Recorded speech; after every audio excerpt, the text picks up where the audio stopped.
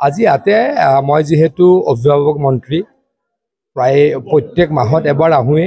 আজি আমাৰ পঞ্চায়তৰ ডিলিমিটেশ্যনৰ ওপৰত মিটিং হ'ল আৰু নতুনকৈ পঞ্চায়তবিলাক আমি কেনেকৈ গঠন কৰিম তাৰ বিষয়ে আলোচনা হ'ল আৰু আমাৰ যি আত্মনিৰ্ভৰ অসম, এই আত্মনিৰ্ভৰ অসমত কোনে কোনে পৰীক্ষাত ভাল নম্বৰ পাইছে সেই বিষয়ে আলোচনা হ'ল আৰু অসম চৰকাৰে সিদ্ধান্ত লৈছিল যে অসমৰ পুৰণি যিসমূহ ক্লাব আছে সেই ক্লাবসমূহলৈকেও আৰ্থিক সাহায্য আগবঢ়োৱা হ'ব। তাৰ কাৰণে এখন আজি আমি কমিটি গঠন কৰিলোঁ। মূলতঃ আজিৰ এজেণ্ডা এইখিনি আছে। নিৰ্বাচনটো ভালেই হ'ব।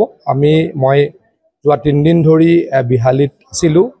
বিহালীৰ কেইবাটাও অঞ্চললৈকে গ'লোঁ, কেইবাখনো সভা কৰিলোঁ আৰু মই ভাবোঁ যে অকল বিহালী নহয়, গোটেইকেইটা সমষ্টিতেই আমি এইবাৰ আগৰ দৰে ভাল ৰিজাল্ট লাভ কৰিম।